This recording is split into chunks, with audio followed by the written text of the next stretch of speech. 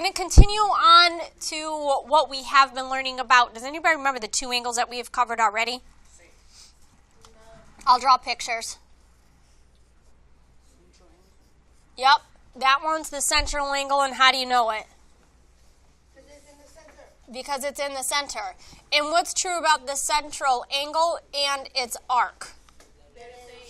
Good. Central angle equals the arc. They are the same. I'm reviewing the past few days. Okay? I'm on page 13.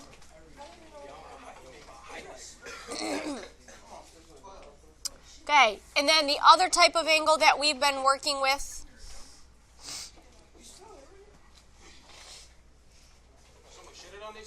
is what?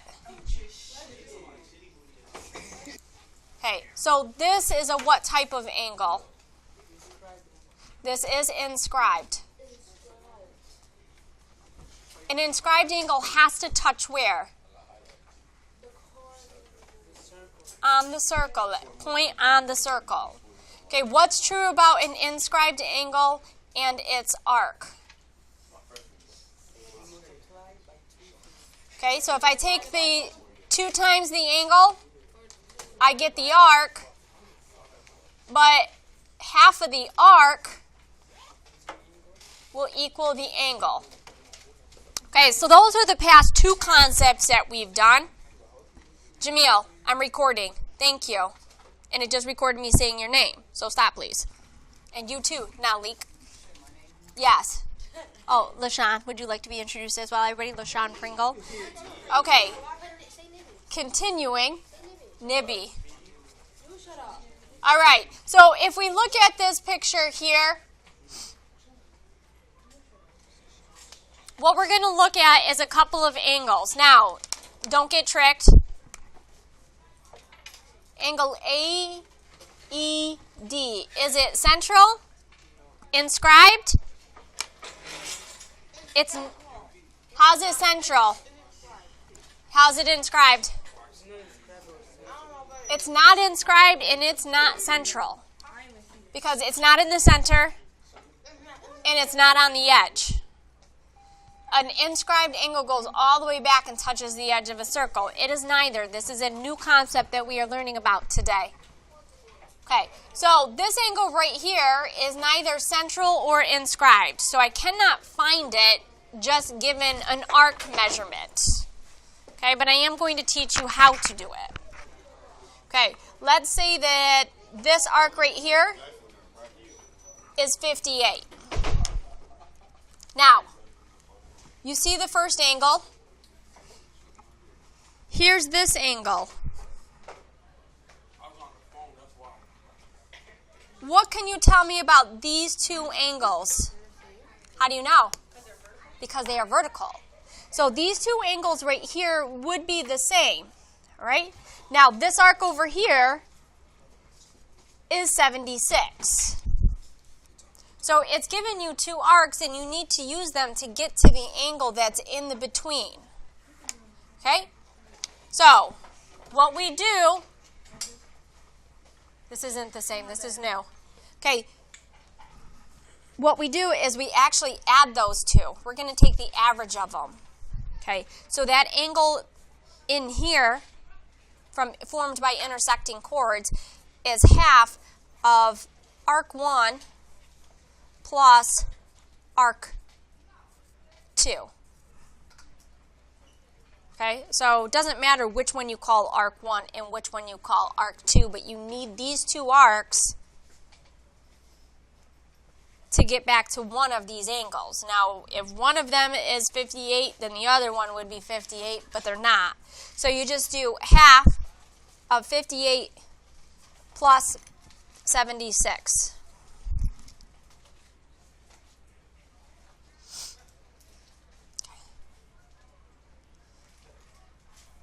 I think that gives you 144. 134, and then you divide that by 2. So I'm adding the 2 angles, the 2 arcs, and then dividing them by 2, cutting it in half. Each one of those angles is then 67 degrees. What does that mean? This is 67 degrees, and this angle is 67 degrees. So we need to know both the arcs in order to find the one angle. Now, continuing,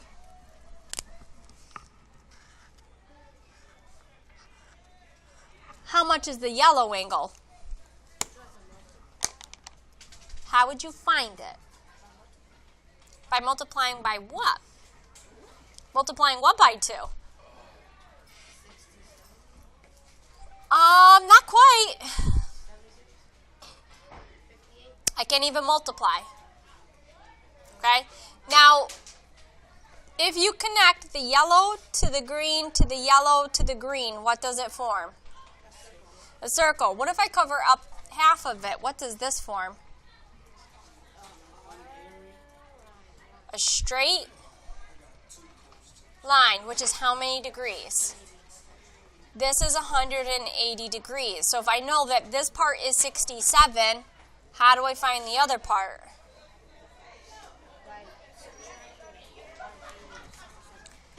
So I do 180, and that has nothing to do with it. 180 minus 67.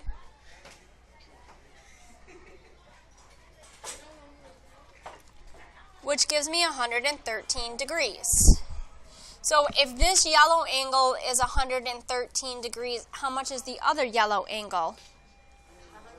113 degrees. Okay. Now, if I know the angle measurement inside, that's not going to help me find this arc or this arc. I need one of these arcs to find the actual arc, and I know neither of them. Okay. All right. So I'm just going to go ahead and continue. Exercise 2 is one of the theory proof ones.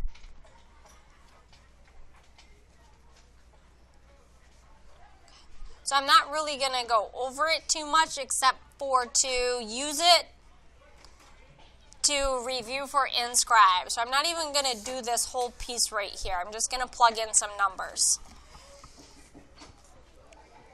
If I told you this arc right here,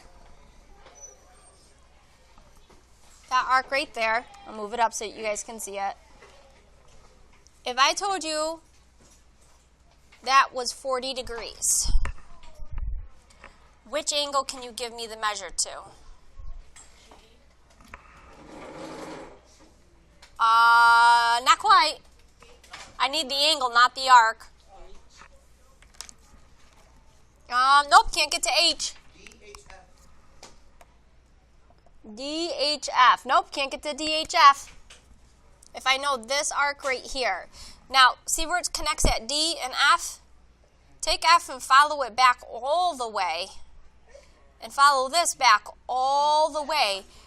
I can get that angle right there. How much is it? How do you know?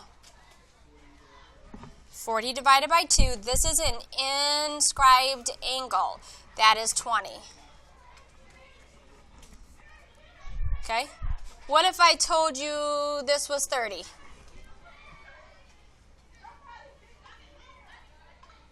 What angles, and I said it plural, angles, can you figure out now? Okay, so knowing this is 30, let me ask 2 questions then. How much is GDE? What is the measure of angle GDE? It is 15 because GDE, if I follow this back, it leads me to this angle right here. And that's exactly half of this because it's inscribed. So this angle right here is 15. How much is angle DHF?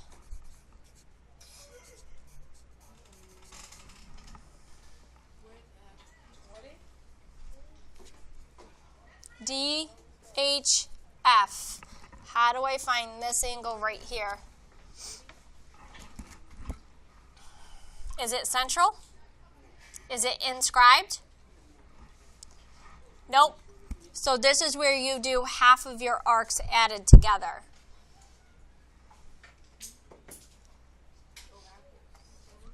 Half of 70 is equals 35.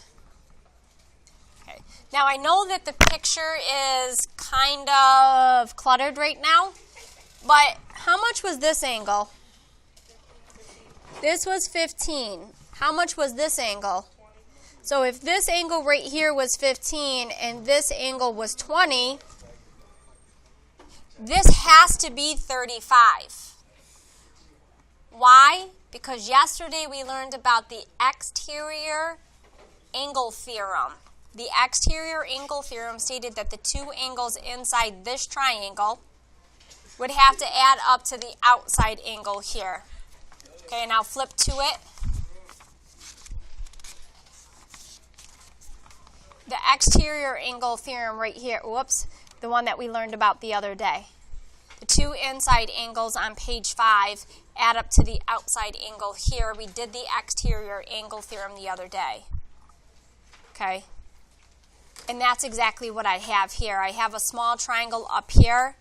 If I know this angle and this angle, it gets me automatically to this angle, which proves it has to be 35 degrees, as well as 40 plus 30 equals 70, and dividing that by 2 also gives me 35. So we know we did it correctly. Okay, and again, I'm just making up numbers. It didn't have anything to do with the problem here. Okay. All right, now I'm going to flip the page. Doing the problem here. Okay. They tell me this arc right here is 126. They tell me that AB is perpendicular to CD. What are they trying to tell you when they give you this word based on this picture? That this angle right here is 90 degrees.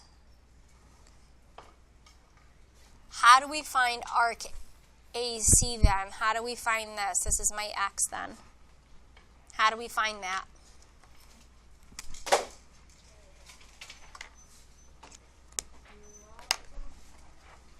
Nope. This is a theorem that we're just learning about. It's not central. It's not inscribed. So therefore I have to add the two arcs, cut it in half, and then get to 90. So another way to see that formula is like arc 1 plus arc 2 divided by 2. Instead of the 1/2 out in front, you can use it like this. Equals the angle that you're looking for, which makes this one a little bit more easier to solve if we set it up like this. And I'll show you why. Do you know arc 1? That's my X. Do you know arc 2, the one directly across from it? Yes. No, the arc, not the angle. 126 divided by 2 should equal how much? The angle. 90. How do you solve something that looks like this? Slap the whole number over 1 and cross multiply. We get x plus 26 times 1, which is x plus 26, 126, excuse me.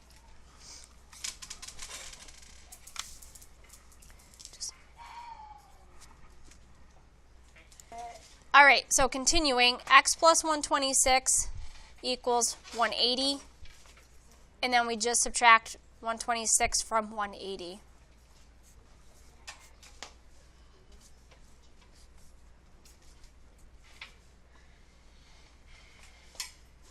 So x equals 54 degrees.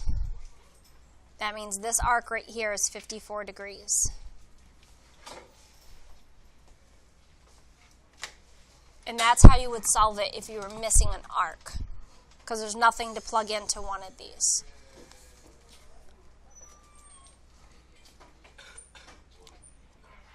Okay, any confusions there?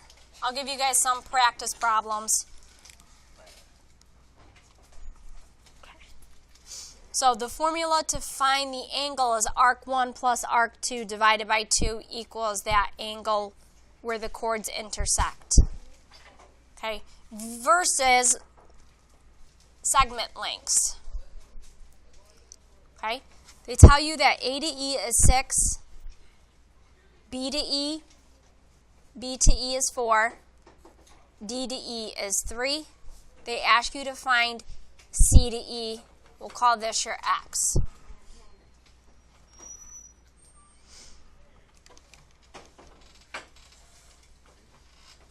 All right, so what that means, the formula is easy. They give you the definition up here. Hey, but this definition can be type confusing. It's easier if you understand it like this.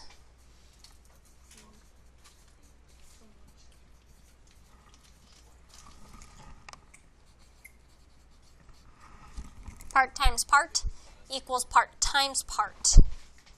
We know that we're trying, part plus part equals the whole thing, but we're not trying to find the whole. Okay, so this is simple enough. This part times its exact other part. So we would do 6 times 4 equals part times part. X times 3. So we get 24 equals 3x. Divided by 3, x equals what?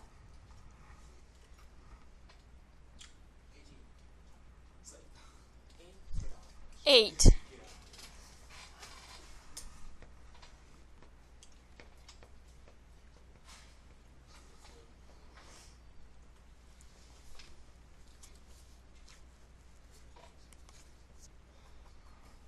Okay, so I'm going to make up some numbers for the one down here.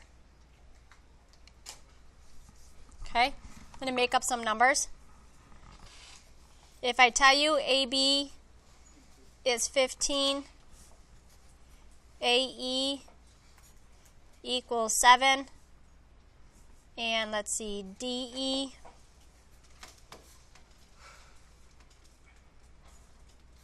equals, let's just say 2.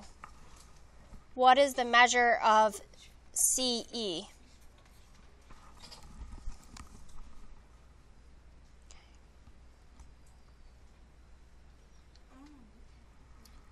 So what did I give you?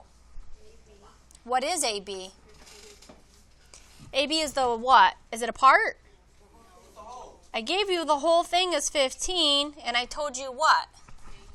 AE is 7.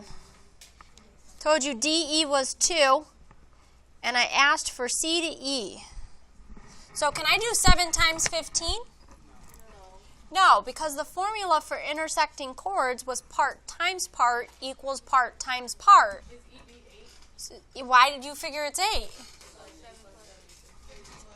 15 minus 7, so this part, yes, is 8. So sometimes they will do that, and like I said, the most helpful thing that you could possibly do for the geometry test, whether it's the final or the Regents, is to draw pictures when needed. Okay, so we would do part times part.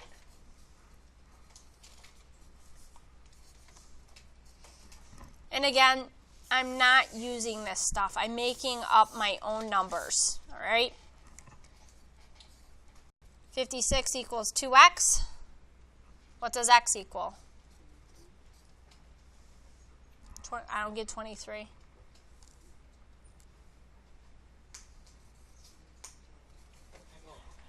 I get 28. So this part right here would be 28. And again, looks can be deceiving.